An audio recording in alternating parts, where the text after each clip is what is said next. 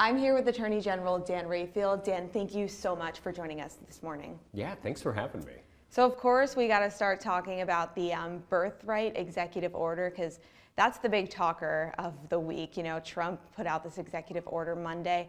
I know there's multiple lawsuits challenging it. A big topic on that was Constitution, you know, the Constitution, the 14th Amendment. Can you walk me through your lawsuit?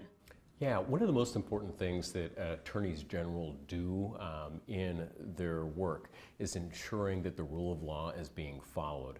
And so when you have the President of the United States that has, with the stroke of a pen, created an executive order that violates the Constitution, there's a responsibility of those attorneys general to then file a lawsuit to make sure that we are following the Constitution. And that's exactly what's gone on in this case.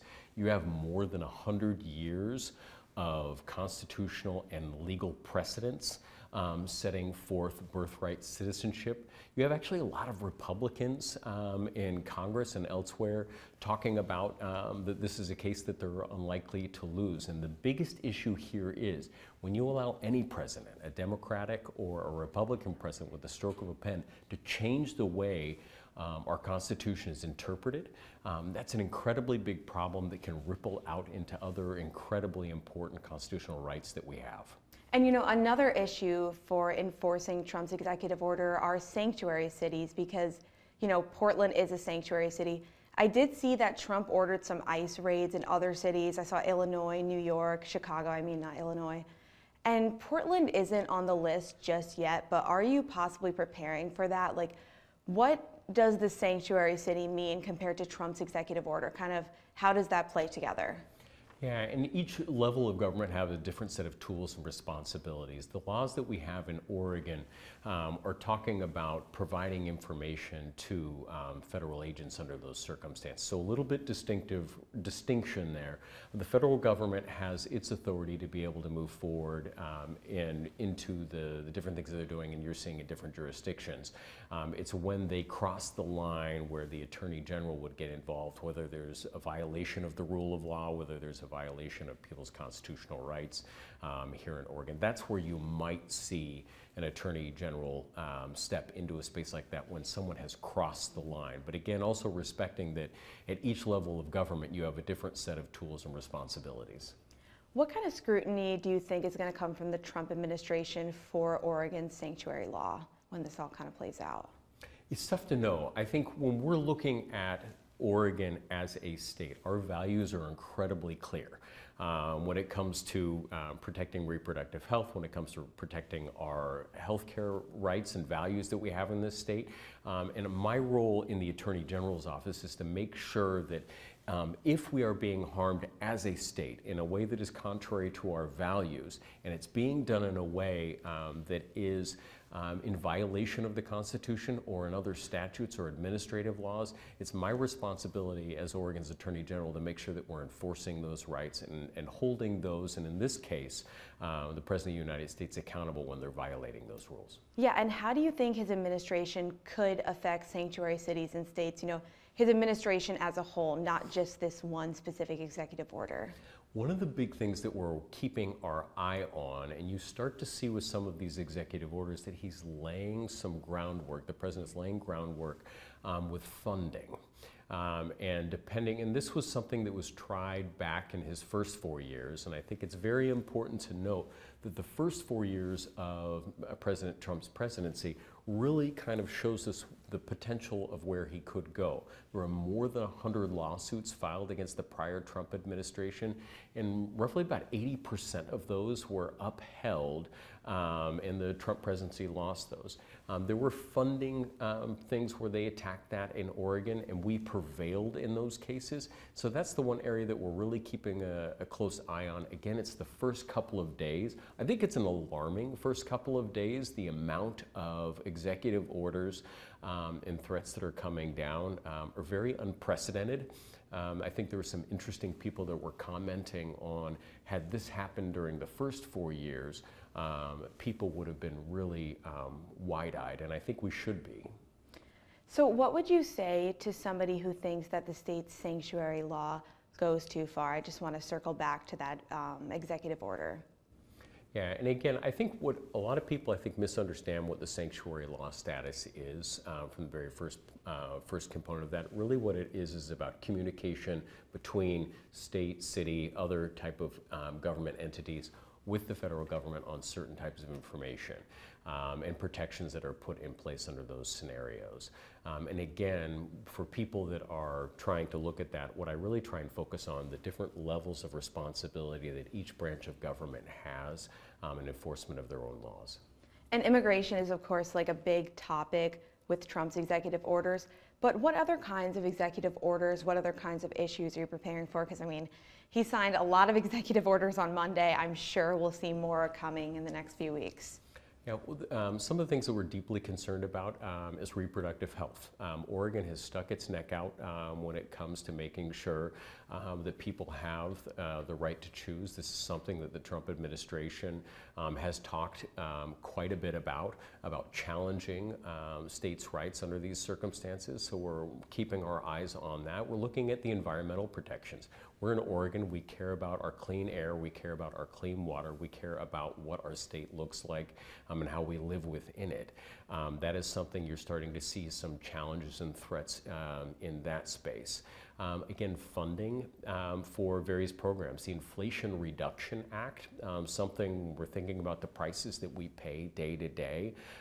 They are threatening the funding for potentially billions, if not more than $1 trillion of funding that could come down into the states. That's deeply concerning, especially it should be deeply concerning to our economy as we're trying to continue to move forward in this space. And then healthcare. Here in Oregon, we're a state where we really believe that everyone should have access to affordable healthcare whenever that is being threatened. That's something that we as Oregonians are going to take notice, and that's something that as Attorney General we'll be keeping an eye on as well. And then I want to just look a little bit deeper into the reproductive rights issue. Trump has brought up a possible federal ban on abortion. He kind of goes back and forth, and then he said he wouldn't support that. But what are you guys preparing for if there was a possible executive order that, you know, banned abortion federally? That would be a huge deal. And so there's different ways that reproductive health rights can be impacted. There's some ways that it can be impacted more in a short-term manner via executive orders, and then there's long-term ways where if you had that could wind up where both Congress or Republican-controlled Congress could pass a ban on, a nationwide ban on abortion. Those are different types of tactics that could be used. We're prepared to address whichever lane that the federal administration chooses to pursue. It's very clear in Oregon that we value the right to choose in this state, and it is our responsibility in this state as Oregon's Attorney General to make sure that people have that right. And then I just want to talk a little bit about the team that you have fighting these possible executive orders, laws. You got some money, some funding from the governor. So what does your team look like? Yeah, so when we think about moving forward and fighting, unconstitutional acts or enforcing the rule of law in any given context, one of those is you have a stable of attorneys within the Department of Justice that are really ready and willing to act and be a part of this team really enforcing Oregon's values. The other thing that you think about is we have a partnership among Democratic attorneys general and their teams across this country where we're working together to monitor all of these executive orders, looking at the fine language in each of them to make sure that people are following the law, and when they are not, that we're actually holding them accountable under those circumstances. Here in Oregon, very early on, before I assumed office, we formed a cabinet of legal scholars and folks impacted or that could be impacted in all different areas, from healthcare to labor to the environment, in a space where we can come together. We're able to hear information that's going on in their communities, so we as a state can be more responsive to the things that we deeply care about, as well as we can strategize, but then also relay information. In certain cases, misinformation can be a really big issue, and we want to make sure that we dispel the misinformation, but also make sure that people understand that there is a plan for a lot of the values that we care about. And last term, Trump's term, his first term, we saw about 150 lawsuits from states. How are you preparing for this term? You know, there's so many topics, so many possible executive orders, laws that you'll have to fight against. And of course, the Attorney General's office is going to take the brunt of it. And, you know, that's not the only thing you have to do in the state. You have a lot of other responsibilities. So how are you going to make that balance work? Yeah, it's really important that when we get done with my first 4 years in office, it's important to me that our communities are safer.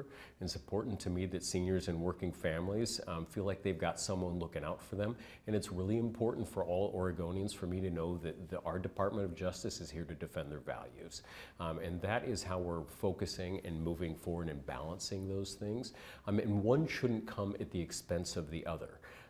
And so when it comes to the last value of where we're really enforcing, you know, and really holding ourselves true to Oregon's values, part of what that means is working incredibly hard, being prepared, not assuming that things are going to happen, but when they do, that we've done the work up front and that we're ready to step in on a moment's notice and be able to file a lawsuit to preserve our values.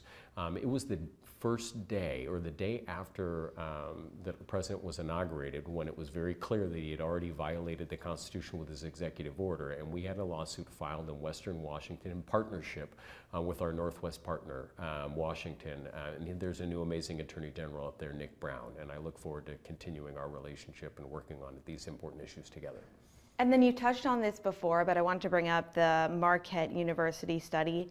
Attorneys General won 83% of the 155 lawsuits in Trump's first term. So I'm sure that gives you confidence with the lawsuits moving forward. Do you have confidence with this birthright executive order? I do. There is more than 100 years of legal precedent. There is constitutional precedent, and the way that we've been acting during this period of time, we feel very confident moving forward in these cases. And that's, of course, why we filed it. And I think it's probably also why you're hearing a lot of Republicans also say that this is a fairly weak case that the president has under those circumstances.